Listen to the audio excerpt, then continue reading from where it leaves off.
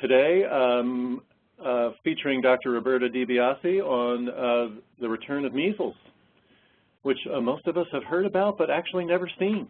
So I'm sure there'll be a lot of interest. This presentation is actually CME accredited for one CME hour.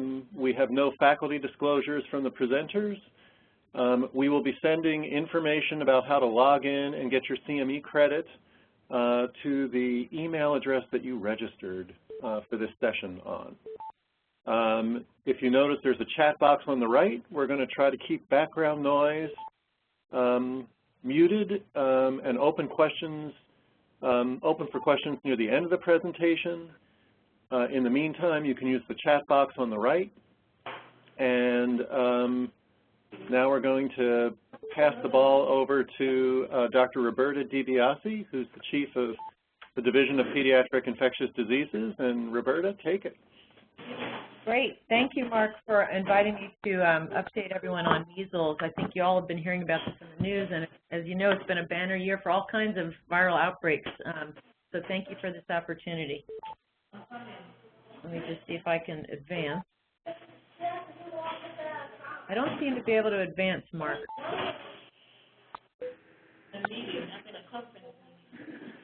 Danita should be able to make you the presenter. Hang on one second, we'll get rolling. Okay.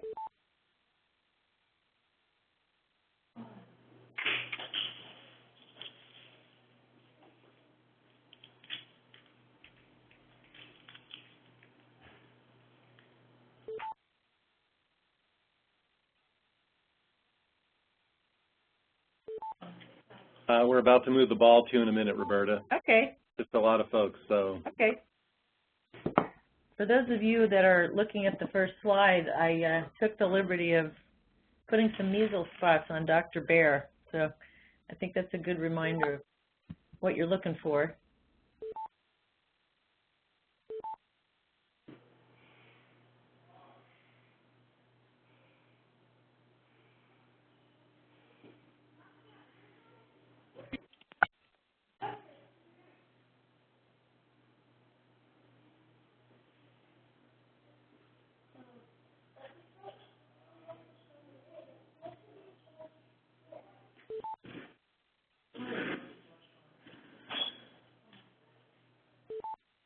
Hi, Roberta. We're showing you as presenter. Try doing page down.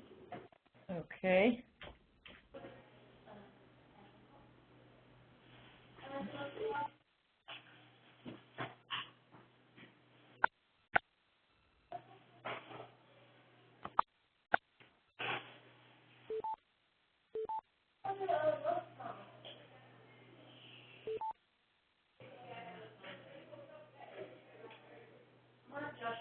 Okay, Roberta, let's try now.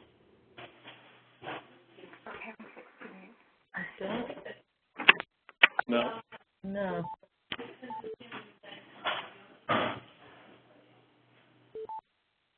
Well, if you want to advance them for me, we can work that way.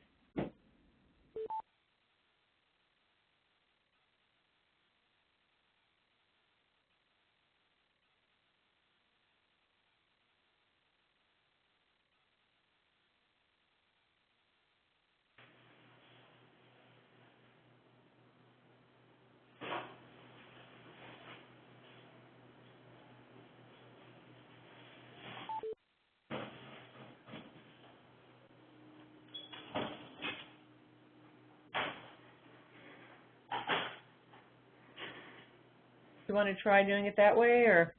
Yeah, we're trying to switch them. My apologies. And okay. Thanks for everyone for their patience. We'll be smooth in a minute.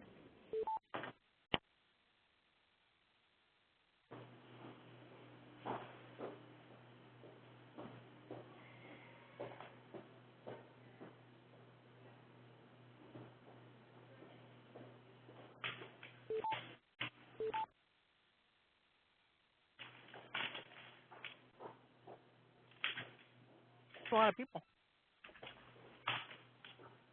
Wow.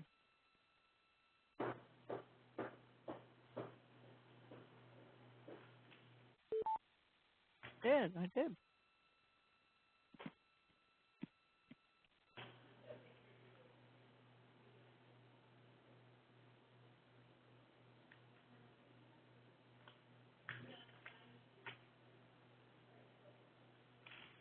Okay, Roberta, can you see your slides now? Yes. Okay. So you can go ahead and advance. So for this... Sorry, thank you. And thanks, everyone, for your patience. Sure. So for this lecture, we just have a few objectives, the most important being that we want to recognize the clinical presentation and, really importantly, the complications so that you can educate your families about how important it is to prevent measles. We'll talk about the epidemiology, both in the U.S. and worldwide, including this current outbreak that you've been hearing about. I'm going to touch on what are some of the factors for why it is resurging, and then end on the importance and the efficacy of vaccination and infection control measures that you need to be aware of to use in your office. And we're going to end with a little bit on advocacy, and Mark is going to come back in to talk a little bit about how to handle certain situations in your offices where vaccination is not being done. Go ahead and advance. So this is a case presentation, and this is actually really true. This is exactly what happened, and I think it encapsulates why we have to care about this. So this was an unvaccinated 7-year-old boy, had been on a vacation in Europe with his family. They returned to San Diego, and he had a fever, runny nose, cough, and conjunctivitis upon return about a week later. He sought care at his doctor's office, and he looked like he had a run-of-the-mill upper respiratory infection. But then a few days later, he developed a rash, went to a separate office in urgent care, and from the urgent care, they said, we think you need some labs. So he got sent to a hospital lab for testing. And then in the lab, they said, you better go to the ER because your fever's so high now. So he went to an ER. So he'd been in 4 different points of entry. No one had actually immediately recognized measles, so there was no isolation procedures for any of those visits. And this just shows you the aftermath of an unrecognized case. So over the next few weeks, 11 additional cases occurred in unvaccinated infants and children in this person's community. They included siblings, schoolmates, children who had just been in the doctor's offices that he had visited at those same times. One of those 11 cases was severe and was hospitalized with pneumonia.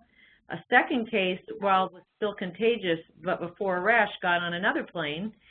So this ended up in total being 70 children identified from this single index case. And those children were affected because they had to be voluntarily home quarantined, either due to age or declining vaccine. So this is just a great setup to explain to you why we're talking about this today. Go ahead and advance. So a quick review of the clinical presentation in words, but then I'm going to show you a very powerful video that really shows you what a kid with measles looks like. And I found this very helpful. I hope you do too. So this is highly contagious. It's amongst the most contagious infectious diseases, and it's an acute respiratory viral illness. The incubation is 7 to 21 days, but typically some symptoms will begin around 10 to 12 days after exposure. And then there'll be a few days of this prodrome, which we're going to talk about in a moment, and later the rash will come on. So that's one kind of clinical pearl that you want to keep in mind, that there's a prodrome without rash, and then the rash comes later. They don't all come at the same time. Sorry, I supposed to you yesterday, but the door wasn't there. Unfortunately, people are very contagious 4 days before the rash and 4 days after the rash. So there can be spread of the disease for a long period of time before it's recognized. The prodrome is a stepwise increasing high fever that can be up to 105 with the so-called 3 C's: cough, coryza, which is just a fancy name for runny nose, and conjunctivitis. And it's a wet conjunctivitis. It's not just injected eyes like we see in Kawasaki. This prodrome will last for 2 to 4 days before there's any evidence of a rash. If you're lucky, towards the end of that period when you have the 3 C's and the fever, if you looked in the mouth, you might see, but not always, see an enanthem, and that's called Koplik spots. And we'll show you that. You see that, that's pathognomonic of measles. And then a couple days after those Koplik spots, the rash will start. And it's maculopapular rash. It typically starts on the head and the face, and then will move downward, extending to the central trunk, and then out to the lower extremities and the arms, as well as, and involves the palms and soles. As that's happening, it becomes more intense and coalescent on the face, and that's usually where it looks the most intense. But unfortunately, our immunocompromised patients may not ever develop any rash, so it can be confusing. And the complications we'll talk about later are otitis media, but more severely pneumonia encephalitis, which can lead to death, and in the non-vaccine era, subacute sclerosing panencephalitis, which is a late complication. Next slide. So these are some pictures. On the left here, you'll see a typical coalescent facial rash, the conjunctivitis. You can't see the runny nose too much on that one. You can see that on the child adjacent to that on the bottom, where you've got this clear discharge and red eyes and a clear discharge from the nose. The other children are just other examples. This is actually not just macular. It's really important. It is a raised rash, so there are macular components that can coalesce, but it's maculopapular. And then those two children on the bottom, you see the conjunctivitis. You can go ahead and advance. And then as it moves down onto the trunk, it can be more spotty, or it can become more coalescent in areas, and that's termed morbilliform. So I'm showing you some evidence of morbilliform rash on the trunk, the buttocks. You can go ahead and advance.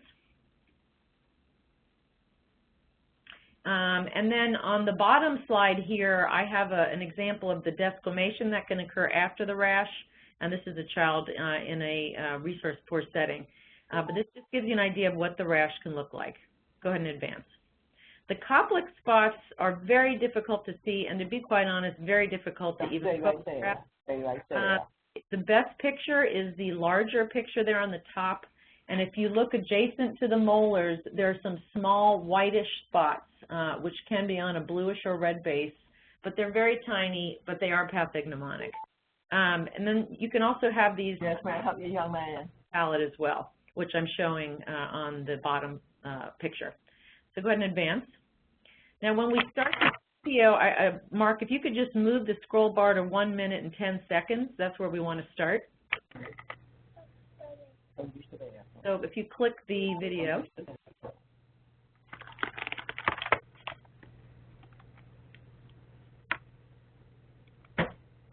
Coming, Roberta.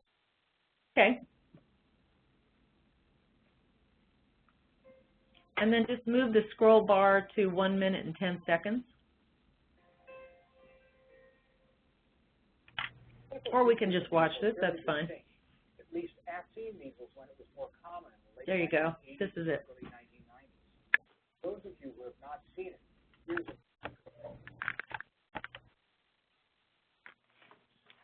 This is a child with measles prodrome. Measles prodrome usually produces a moderate illness. Notice the coryza, or runny nose, and her red, teary eyes indicative of conjunctivitis. This is measles at about 2 days into the rash, or 5 to 6 days into the illness.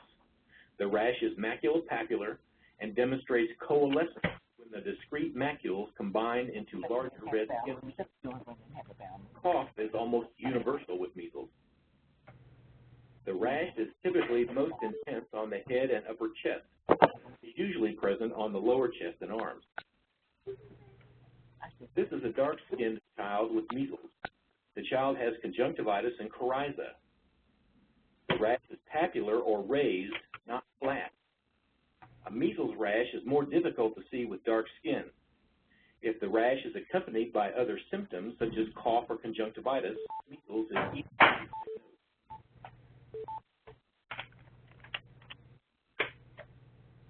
If you see or hear about a person who had an influenza-like prodrome of cough, coryza, and fever, who then developed a rash, you should suspect measles. You should be really suspicious of measles if that person is unvaccinated or has a history of recent international travel.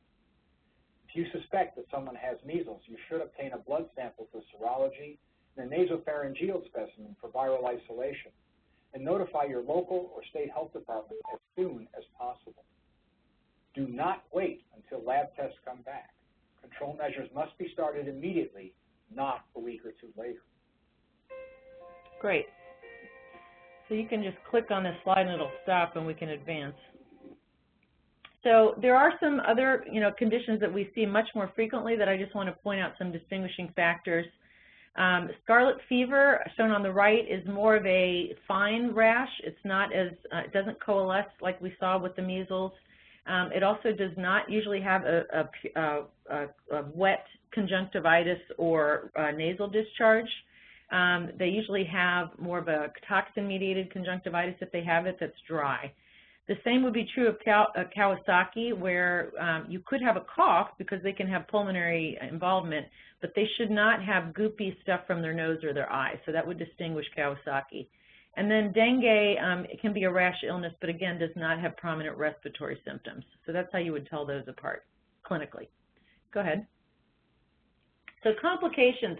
You know, I think one of the miscommunications out in the community now is that people think, well, you know, measles is not such a big deal. You get fever and a rash. But really, it's a very, very severe illness, particularly in young children and immunocompromised. And there's a 28% hospitalization rate in children, so that correlates to 300 kids out of 1,000 ending up in the hospital. And death. So 1 to 3 children for every 1,000 infected will actually die. If they don't die, they can have permanent lifelong brain damage from encephalitis. They can have deafness. And it really is a severe illness, and that's why we are so aggressive about immunizing. Go ahead and advance. So the diagnosis, if you do suspect this, we're here as usual at Children's. If you have any questions, please call us anytime. We have a 24/7 beeper, and you can just, we'll talk you through and help you decide what to do if this is likely or not. We're going to immediately talk to the local health department, and you can, of course, do this on your own without calling us, but I'm just offering our help if you'd like. The health department will help assist not only in sorting out how likely it is by the history and exam, but in submitting specimens. And the specimens will include not only a serum sample to look for IgM antibody, and I'll talk about a few caveats with that, but also in certain cases, and probably in an outbreak situation for sure, they'll ask for throat or nasopharyngeal swabs for PCR testing to actually isolate the virus, and that can also be complemented with urine samples because the virus can be isolated by PCR from there as well. The issue with IgM is that it's well known that this can be false negative in the first 72 hours of rash. It can also be indefinitely negative in a person who gets measles who has been vaccinated. And unfortunately, vaccination is not 100% protective. So a positive IgM is often helpful in the right clinical setting, but a negative will not rule it out. And that's why the PCR has become, you know, a more useful sensitive test. Go ahead. So we've already talked about how contagious it is, but the transmission occurs by direct contact with infectious droplets or airborne spread. So this is one of our, you know, 3 ones that we think of, TB, measles, and chickenpox, where we worry about airborne transmission. Measles can remain infectious on surfaces and even in the air for up to 2 hours after the infected person leaves. So just walking through, breathing the air, that air is contaminated for 2 hours and can infect multiple people in your waiting room or wherever that person has been. And the worst part is the infectious ratio is extremely high. So if you are in this room where there's infected air and there are 10 people walking through that room, 9 of them will be infected if they're not immune. And this is much higher than what we think about with flu, where that number, the R factor, is probably 2 or 3, and certainly much lower than Ebola, as we've talked about in the past. So it's very contagious. Next. So in your office, for any possible case, what we're advocating is that I'm sure you're already screening patients when they walk in for fever and rash. We're not saying if anyone who has fever and rash illness has to be immediately put into airborne isolation, but that person probably should be, in light of what's going on in the U.S. right now, that person should probably at least be taken aside, have a healthcare provider come out and just see, is there also some conjunctivitis, cough, et cetera, that puts them in this possible measles category. And if that's the case, then they should immediately be put in a private room with a closed door, or if you have negative pressure capability in your office suite, put them in a negative pressure room. You would put a standard mask on the patient, and the care provider who goes in to see this patient must be someone with known documented immunity, and we'll talk about that in a moment. And the person, even if they are considered immune, should still wear an N95 mask. Or, you know, if you can't wear an N95, then the PAPR, of course, is appropriate. You would immediately notify us if you would like help, and certainly if you're on our campus, we'd want to be notified. And the healthcare providers who are considered to have presumptive evidence immunity can enter the room, but those without should not enter the room. So this is someone who's had documented 2 doses of MMR vaccine, someone who actually has had a serologic test that shows they are immune serologically, someone who actually experienced wild-type measles that was lab confirmed, not just by history, or for those of you born before 1957, at least 1 dose of MMR, but more recent recommendations are suggesting you really should have 2 if you don't have the serologic evidence of immunity. And if you're not sure, you can check with occupational health here at Children's. We're actually going very closely through records now, and you'll be contacted if you're not considered immune. Go ahead and proceed. So measles elimination, this is defined as absence of continuous transmission for a whole year period in a specific geographic area. And we in the U.S. actually achieved that in 2000, where it was no longer endemic in the U.S. And I think this next part, I put it in blue and in bold because just like polio and other diseases that we don't see, we forget that this was a significant and serious problem in the U.S. before the capability of vaccination. And we have to get this word out to people because it really disappears from our memory. So before we had a live measles vaccine licensed in 1963, in the decade before that, every single year we had 4 million people infected with measles. Only about 550,000 of these were lab confirmed. So, but of these 550,000, we had almost 50,000 people hospitalized, and this was as much as 1 in 3 young children. We had 4,000 cases of encephalitis due to measles. This is 1 in 100 people that were infected. We had 1,000 of those people, so a quarter of them developed chronic disability from their brain infection, and we had 500 deaths. So this is a very significant illness. It's not a mild, childhood exanthem.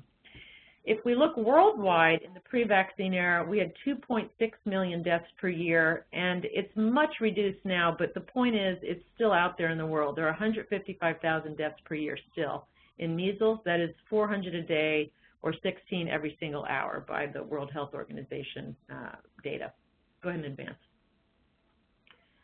So resurgence, how did this happen? If this was eliminated in the United States in 2000, what has been going on? And really since that time, there's been this concerning and rising number of cases, and I will show you a graph. Why?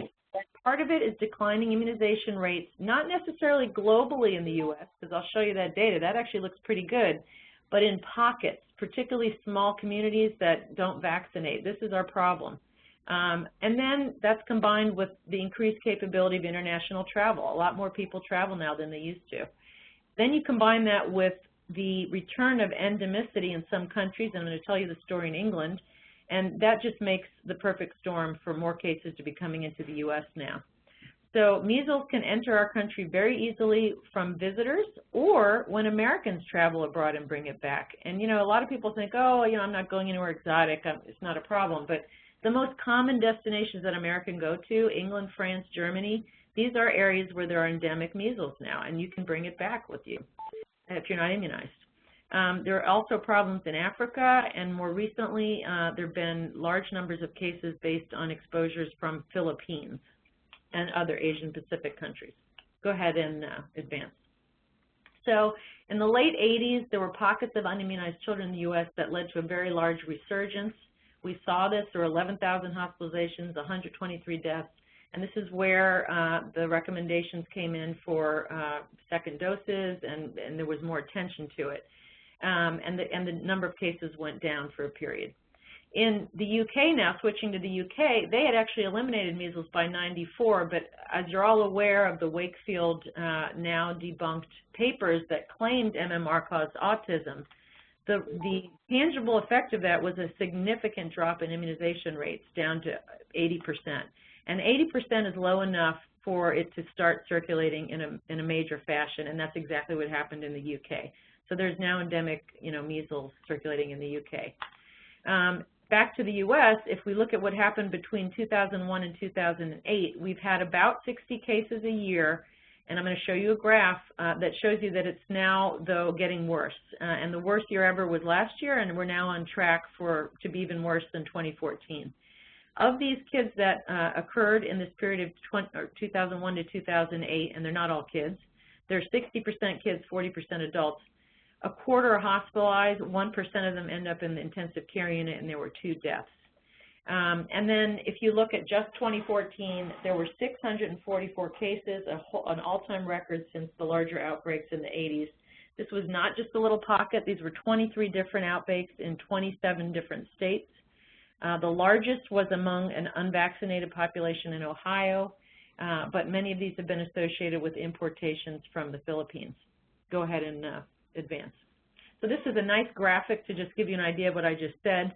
If you look down at the graph first, you can see that this about, somewhere around 60, give or take, going along until we get to 2013. We had higher numbers, and then last year, this awful year. And if you look here, this is just the first month now. So if you multiply this by 12, we're going to be way, way, way higher than we were in 2014 if we don't get on top of this. There's only been one outbreak, which is the one you're hearing about, and this represents the Disneyland outbreak, which is 85% of this bar that you're seeing for 2015. It's now up to 121 cases from 17 states as listed there. You can go ahead and advance. So let's talk a little bit about the Disneyland outbreak. There's been intense media coverage. The index case was December 15th through 20th. We're now up to 114 confirmed cases, and the majority of these have occurred in unvaccinated or incompletely vaccinated individuals. The majority of the cases, so about 90 or more of that number, are confined to California, but there are cases confirmed in 6 other relatively adjacent states, and I'll show you a map of that. But just to remember, even though we're only hearing about Disneyland, even in this first month of the year, we have another 15% of cases unrelated to that outbreak in 10 other states, completely different than Disneyland. So it's not just a Disneyland problem. And we have had 1 case in D.C. in an adult patient. There have not been any confirmed secondary cases, and we can't get further details on that I can talk about from the health department for a while, but they will be releasing a bulletin, we hope, in the next couple of weeks. We at Children's have not had a patient with measles this year. Go ahead and advance. So this is just a map of the Disneyland outbreak. The highest density of cases is from the epicenter where the index case occurred. But as you can see from this graph here, there have been the second highest number of cases were in Arizona, and also cases in Washington, Oregon, Utah, Colorado, and Nebraska. Go ahead and advance. So the details of those cases, the age of patients that have been infected range from 10-month-old to 57 years of age. 15% of these people have required hospitalization. 55% are clearly unvaccinated, some of whom could not be vaccinated because they're under a year of age. 31% have unknown vaccination status and likely are not vaccinated. 12%, however, were vaccinated. 2 of them only had 1 dose. 4 had actually received 2 or more doses. So this brings home the point that, yes, we need to get our 2 doses of vaccine, but it is not 100% effective. And if we lose herd immunity, even those that are vaccinated can become infected.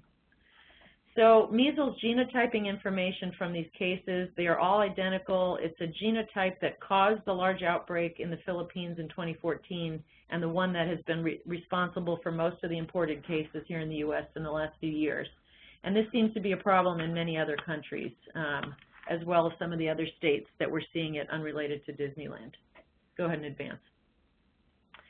So let's talk now about what we can do, and measles vaccine is really our standby. So we have 2 available preparations in the U.S. They're both combinations. The first is measles, mumps, rubella vaccine, which is able to be used for anyone over 12 months of age through adulthood. It can also be used in a child who's 6 months to 12 months of age who's going to be traveling, and we'll get to that in a moment. Your other option is the MMRV vaccine, which also adds the varicella component. This can be used only for 12 months to 12 year of age individuals. We do not have single antigen measles vaccine available in the U.S. anymore, nor is there a reason to use it. 1 dose of MMR vaccine is approximately 95% effective in preventing measles, so it's very effective. It actually may be even higher, 98%, if you vaccinate at 15 months of age or higher. If you then give a second dose of MMR, and it must be separated by 28 days from your first dose, we get up to 99% efficacy. So this is a very effective virus, but it's not 100%. So 1%, even if they do everything right, will still be susceptible to measles. And in such a highly contagious disease, if you lose herd immunity, we're still going to have outbreaks if we don't have a large number of people vaccinated. The good news is that 1% will likely have milder disease, and they'll be less likely to spread it as effectively as an unimmunized person. And I think the point I want to make here also is that the second dose really was designed to address primary vaccine failure, not boosting immunity. So go ahead and advance. So what is evidence of presumptive immunity? This is a wordy slide, but I wanted to get everything for you on one slide, and I gave you the reference here. If we talk about non-healthcare providers or people not at high risk, and the people that are considered high risk are people in post-secondary institutions like college or other schools, healthcare personnel, or international travelers. If we're not talking about high risk, just your average preschool-age child or a regular adult, one or more dose of a measles-containing vaccine is considered, and if it's documented, you need a piece of paper that shows the date that it was actually given. That's considered presumptive immunity. On the other hand, if you're a high-risk group that I just outlined, then you need to have 2 doses of vaccine. And for our standard school-age children, it's going to be their 12 to 15-month dose and then their 4 to 6-year dose. The exception is these international travelers. If they're under a year of age, you really do need to get a shot in before they go. And unfortunately, they're still going to have to get 2 more shots because anything given before a year of age doesn't count towards the 2. The other option is you actually have had natural measles and you had laboratory confirmation of that, or you actually have laboratory evidence of immunity by serology. The fourth category is those of us, not me, but those who have been born before 1957. If you are a regular non-high-risk person, meaning not a healthcare worker, that alone is fine. However, if you're a healthcare worker, the CDC says consider getting 2 doses of MMR or get a serologic test to show that you're immune. If there's an actual outbreak going on, even if you were born before 1957, you should get the 2 doses unless you can show immunity by serology. Okay, go ahead and advance. So there's a really nice page. I just wanted to alert you here. I didn't put all the FAQs, but this is one that people ask me a lot about, so I put it here. You can click on it and see many other good, pertinent questions. And it says, do I need a booster vaccine? And the answer is no. People who receive 2 doses of measles vaccine as a child are considered protected for life, do not ever need a booster dose. And that gets back to the point that the two vaccine series is to address vaccine failure, not waning immunity. So go ahead and advance. So let's talk a little bit about herd immunity, and I want to show you the vaccination rates in the nation, in our HHS region, and then talk a little bit about pockets that are important. So when vaccination rates decline, I think you're all aware it's not just the individual who's at risk, it puts the entire community at risk. And the reason for that is the vaccinated people act as this barrier in the community to reduce the spread of the disease, and in particularly in a highly contagious disease where 1 case can spread to 9 people, and then that's multiplied with each cycle of exposure. It's really important to protect those that can't be immunized at all, such as our very young kids under a year and those who have immune compromised or who are pregnant and non-immune. So the good news is overall our national vaccination rates have been pretty stable since the Vaccines for Children program was introduced in '94. And if we look at the overall number in the nation for our children 19 to 35 months of age, so the primary vaccination series, we were 91.9% had received at least 1 vaccine. But the caveats are that it's very variable by state. So there are 10 states that are over 95%, but there's 17 states that are under 90%. And, you know, it's really the weakest link that is the problem. The average doesn't really help you if you're in a community where the vaccination rates are low. At the county and lower levels, the rates may vary even more. And so pockets where you have large number of unvaccinated people are really the big problem. Go ahead and advance. So this is the numbers by year from 2009 to 2013, and you can see they really haven't changed much. They've been pretty good. They've been over 90%. And I should say that, you know, over 95% is really good for herd immunity in the case of measles. between 90 and 95% is probably pretty darn good. When we drop below 90, we're really getting into danger zone for outbreaks. So go ahead and advance. If we then look at our region, which is Region 3 of HHS, I've listed the states in our region. I put in green the ones that are doing great, and actually D.C. is probably the superstar here. 96.2% have received greater than or equal to 1 dose of MMR in D.C. for our 19 to 35-month-old individuals. Maryland is also a green state. But look at Virginia. I was really surprised at this, 88.6%, and West Virginia, 86%. These are really low and very big risk for someone to come in from travel or someone visiting who brings it to start an outbreak. Go ahead and advance. And then this I thought was interesting because I often hear people say, you know, they kind of blame, well, who is it that's not getting vaccinated? You know, it's you know, this group or that group.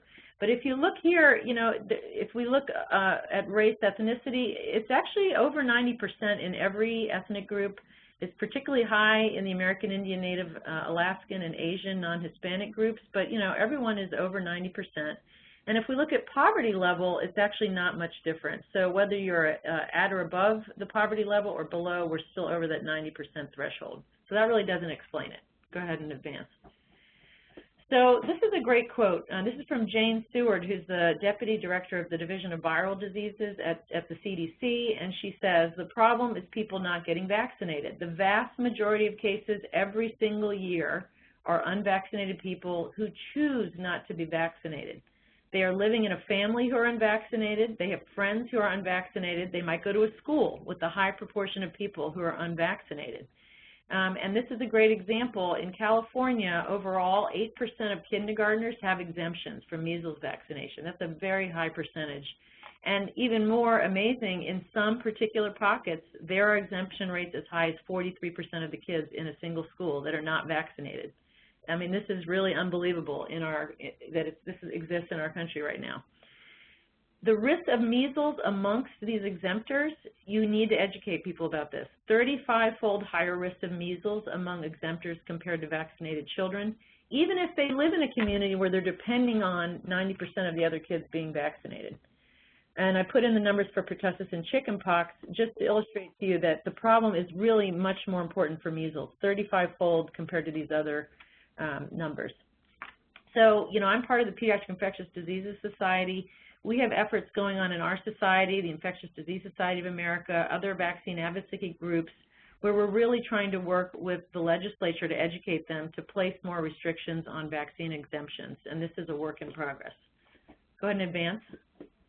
So this is a map that sort of puts what I just said into a picture if you're a visual person. So there are two things shown here.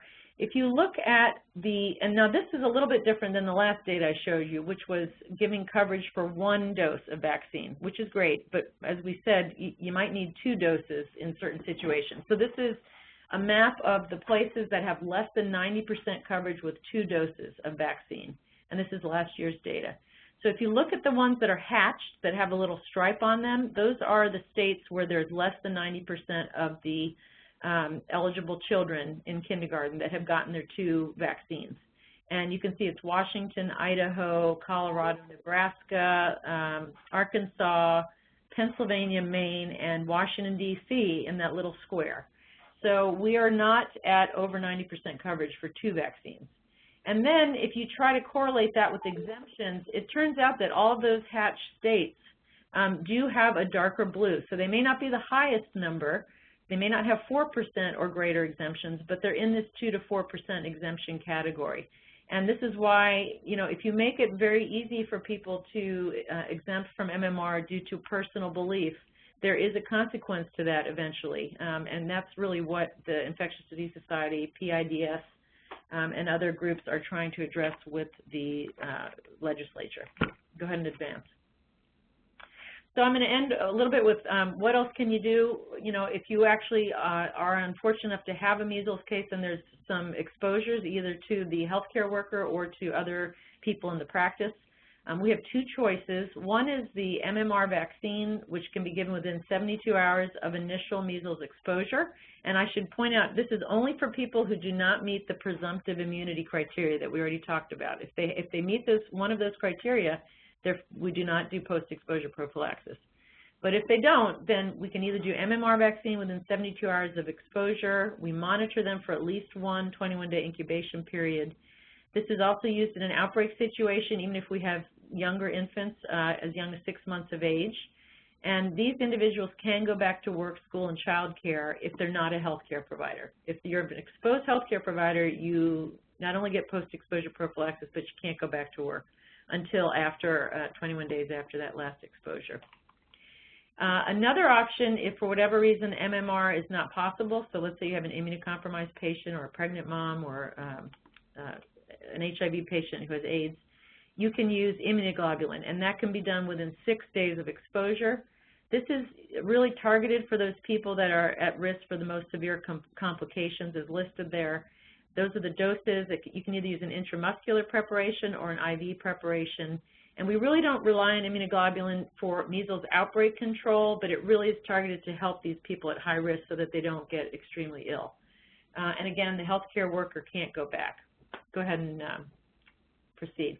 So I wanted to show you a couple of things that we're doing and local resources I want you to be aware of. The first is we're really trying to educate everyone as much as possible because we all know that many of us have never seen measles. I have never seen a case of measles. So, you know, you're not alone if you haven't seen a case of measles. I hope I never see one, but I think I will based on what we're seeing in the U.S. right now. Mark, if you want to click on that first hyperlink, the Intranet Measles Hub, those of you who have access to the children's intranet, if you click on that, and maybe he's not there now, but if you click on that, you will have a dedicated page, just like we've done for Ebola and for enterovirus D68, to keep you up to date on the latest so that you can get information in one place. It also has links to the CDC resources. And then we also have, oh great, so this will just give you a look at what that looks like. We're trying. Okay. There you go. Oh, well, that's okay. You guys can try it on your own. It's very easy to use. You'll see it right on the front page of the intranet. And then we also have for your families, we have on our public internet a separate site which contains information that's more, more appropriate for the level of a family or a patient. We're working very closely with our occupational health to review all employee documentation of measles immunity, and I encourage you to do that in your own offices so that you're ready ahead of time. You know who is immune, who isn't, and you have a plan to get everybody immune with what's going on in the U.S. right now. We're continuing to partner with our community and government leaders to address this issue of the importance of immunization and work with Congress to hopefully pass legislation to decrease the possibility of, personal exemptions, personal belief exemptions. We would never, of course, get rid of exemptions for other valid reasons. And then we, in infectious disease, but also our primary care colleagues, have been very active in trying to respond to the media outreach, which has been extensive due to the Disneyland outbreak.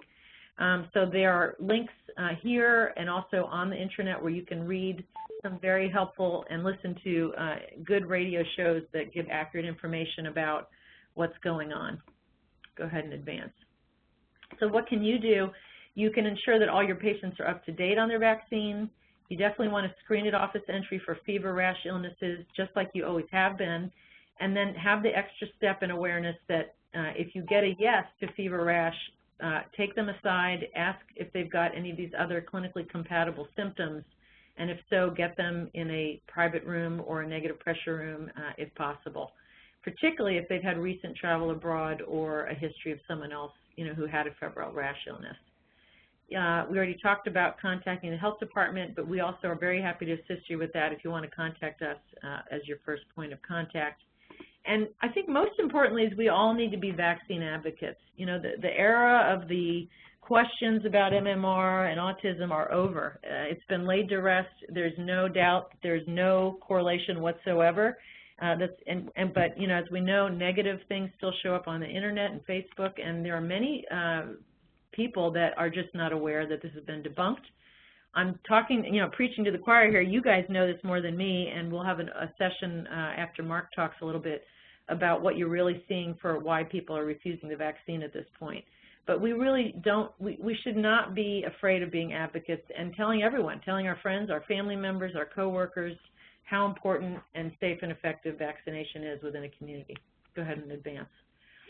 So, I think we're going to end here about the ethics, because many of you who are on the front lines deal with this.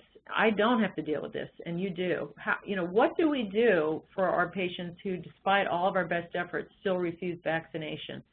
Should we simply exclude these patients and families from our practices? I think the answer is probably no, because who's going to take care of these children if we exclude them? But on the other hand, there's an increasingly vocal and appropriately vocal group of patients and families who are being vaccinated and don't want to be exposed in your office to people that are unvaccinated because it's not 100% effective. So this was a really nice op-ed that was written by a resident, I believe, in North Carolina, and you can try to click on the hyperlink. I'm just going to read a couple of words from it because I think it's really powerful. But, the take-home point from this is we need to get the message to our parents who refuse to be vaccinated that we're not mad at you, we're not blaming you. What we're blaming are the multiple levels of miscommunication and misinformation that have been given to these parents that have caused them to worry, because they're all worried about their kids. They're not trying to be obstructive people. And this op-ed is really nice because it puts it in nice context that we're all on the same side on this, and it's really our job to try to get a conversation going again with these families. So I'm going to end there and let Mark talk more from the point of wisdom of being on the front lines, and then we'll take questions afterwards. Danita, can you switch over to the intro slides? And perfect. Let's back up one, please. So I'm going to chat a minute or two about what are the next steps for us on the primary care front lines, and then we will circle back and take questions both on the clinical side as far as the office management side.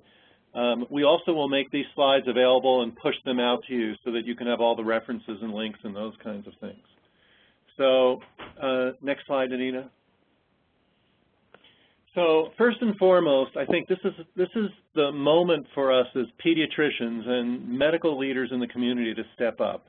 So I think it's really important to share, to update and communicate your office vaccine policy. So you need to put it out there. You need to post it.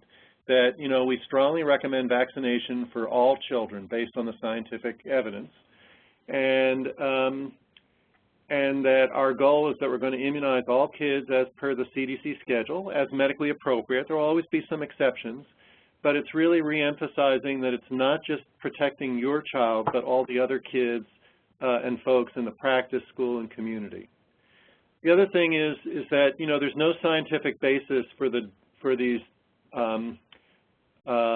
delayed schedules to reduce vaccine load for kids. We know that this is just sort of mumbo jumbo, and I think it's really important to sort of state that there's no scientific evidence for delaying schedules either for non-medical reasons, because that just perpetuates the population of under-immunized kids.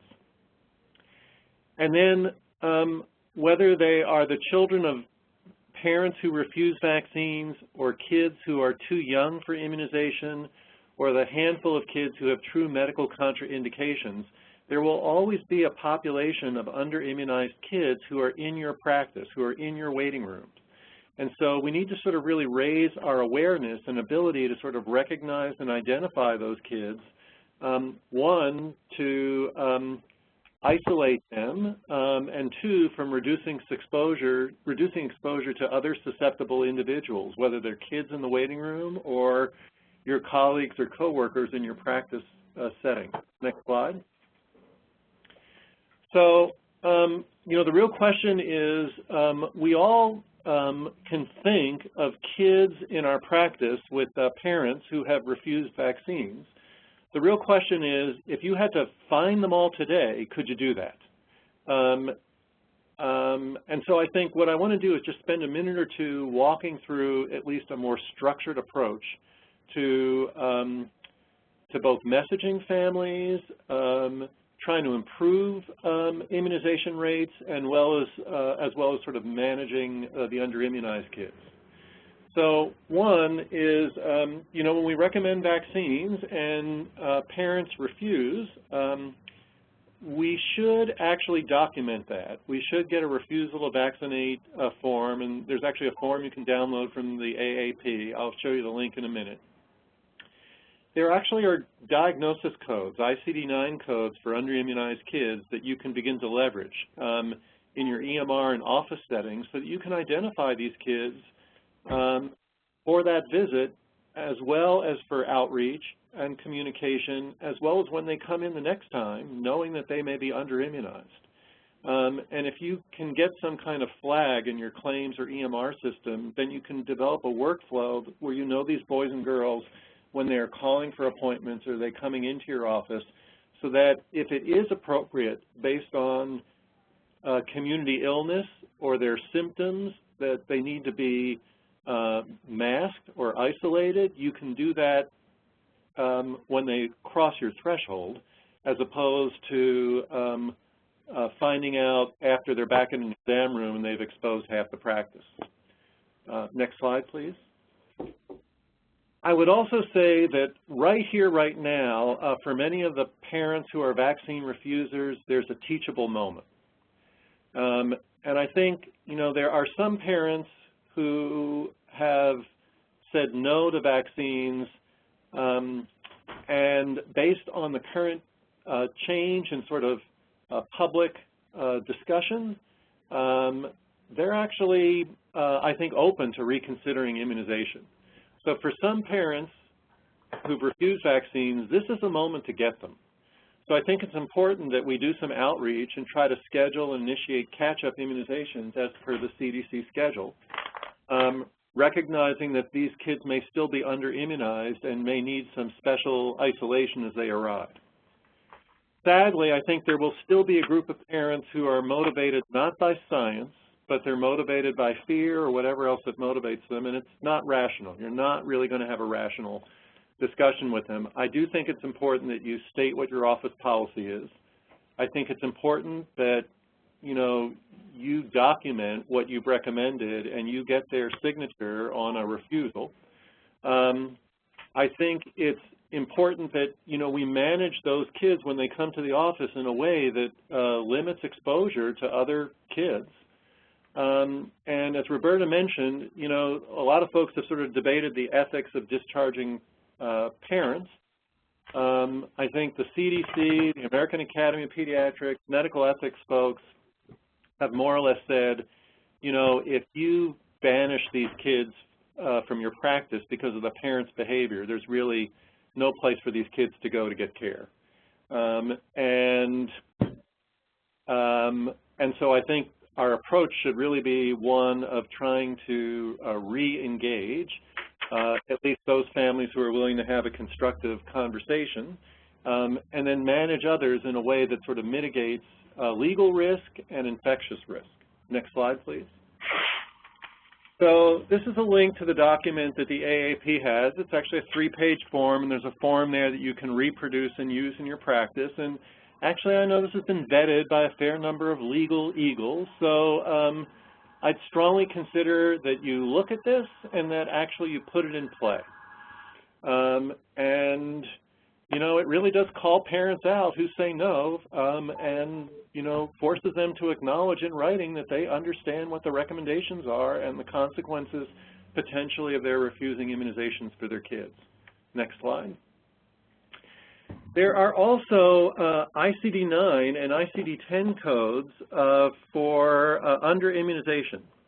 So there is this code V15.83 for a child who's under-immunized. And I'm not sure I would use that for a child who is age appropriate on their immunization schedule.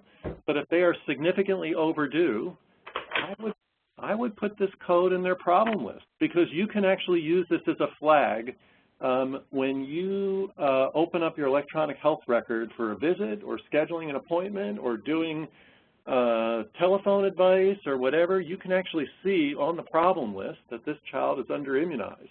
And that may actually influence your management of that child.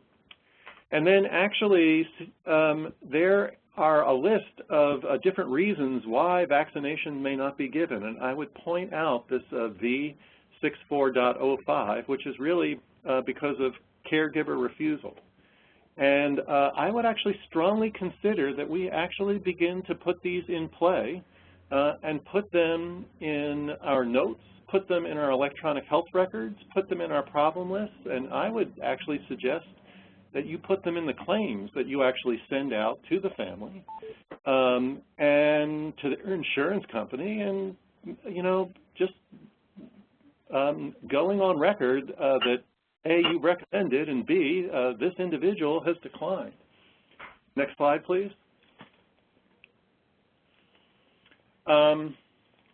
So if we're going to step up, you need a way right now to begin to sort of identify all the kids in your practice who are potentially not fully immunized or under-immunized. And so you may be able to leverage software in your EMR. Some EMRs actually have vaccine reminders that tell you which vaccines might be due. Many of the insurance companies, actually the insurance companies are tracking as a HEDIS measure how many kids have been fully immunized by their second birthday, so they may have shared with you a list of patients who are overdue for immunizations. And then finally, you can use the CPT codes for MMR or MMRV and actually search in your claims or in your EMR system for children greater than a year of age who do not have those codes, because those are kids, at least, who have not had measles immunization in your practice. Next. Once you get that list, I would message them. I would send communication to all your overdue patients. And depending upon the technology that's best suited for your practice, a letter, a phone call, an email, a portal message, a text message, a posting on your web page, but something along the lines that say, you know, our records indicate that your child may not be fully immunized. Protect your child and others. Please call our office to schedule ASAP. This is the moment now where we shouldn't be rushing to banish folks. We should be actually rushing to reach out and get them in and get them fully immunized, because that's really what we need to do to sort of protect our patients and our practices and our community. Next. And, you know, just as I would say, you know, that we want to encourage immunization, I would begin to use our technology to identify the refusers. So I would use the V codes for under-immunized kids. I would apply the V code where caregivers refuse vaccine. I would put that out so that they get that when they, you know, they're reminded about that. I would use media in your office to sort of help remind folks about why we do immunizations. Because ultimately, this is not about sending patients away. It's bringing them in and getting them protected. That's what we're here for. Next slide. So with that, I think we are going to see if we can try to undo the phones. There's a risk of a lot of background noise, but if folks can just do their best to sort of keep the backgrounds quiet, we can at least try to open the phones and see if there are any questions. Danita, can you try to unmute folks? To answer your question. All right, so we can hear folks now. Are there questions out there for Dr. DeBiasi? Hi, this is Hope at the Good Hope Road Clinic. I just have a quick question regarding the possibility of, I guess, partial measles symptoms. So if you have a kid that's 12 months or a little bit older, so before their second dose of MMR, could they potentially present with kind of a partial presentation of measles?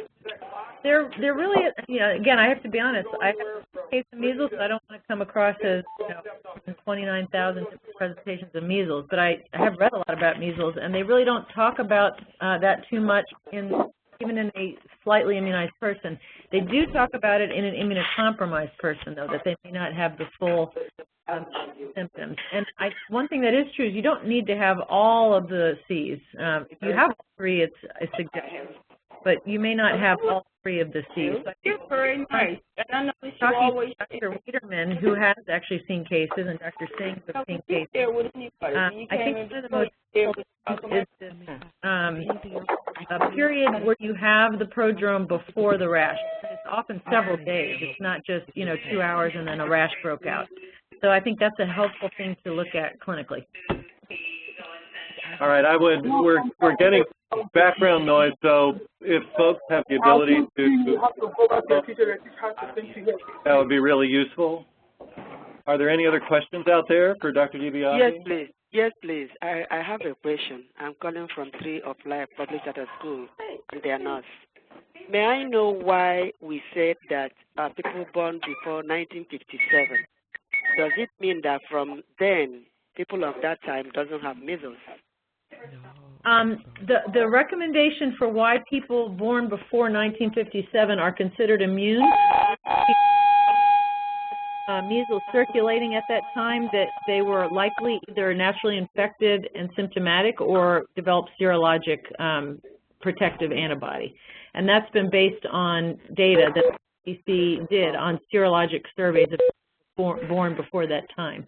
So it's documented that those folks are just highly likely to be immune.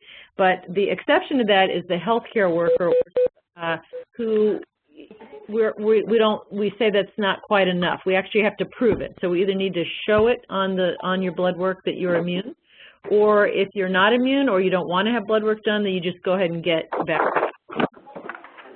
Okay. I have one question. This is Sunil Gupta. Shall I go ahead? Sure. Hello? Go ahead, Sunil. Yeah, actually I have two questions. I have a family who has a baby who's 11 months old. They're going to LA, and they called me up and asked me if the baby should get the MMR vaccine before going to LA because of the Disney outbreak. And I did not know how to answer that. And number two, how long before travel should we give an MMR vaccine for it to be effective? Sure. Those are great questions to which I don't think there's going to be a formal answer. So, the CDC hasn't come out and said, people going to California are now in the same category as an international traveler. They haven't said that. The situation of the outbreak is I actually don't have information from the LA Health Department, so maybe that would be a route. We could ask them to see what they're recommending, but I can tell you that there haven't been any national bulletins or releases from our health department or the CDC that you need extra vaccination if you're going to California. So I would say the official answer is no. And then as far as how long, in general, most vaccines say, 2 weeks in advance is if possible, is the best period. Thank you. Sure. Okay. Let me remind folks, if you have the ability to mute your phones on your end, we're getting a lot of car and office noise, so please do your best to limit that. Are there other questions out there?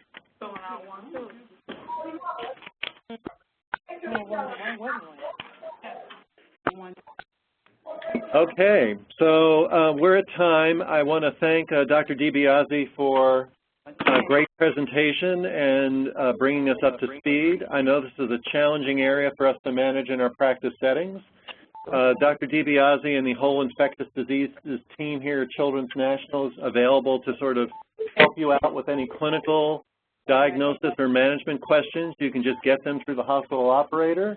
And we will be at CNHN looking to, one, push these slides out, make the recording available, as well as work with you as this situation evolves to make sure that our kids are safe and that our practices are safe and that we're all delivering the best care possible.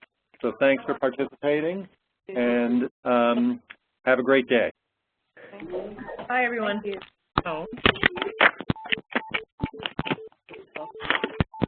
Meeting.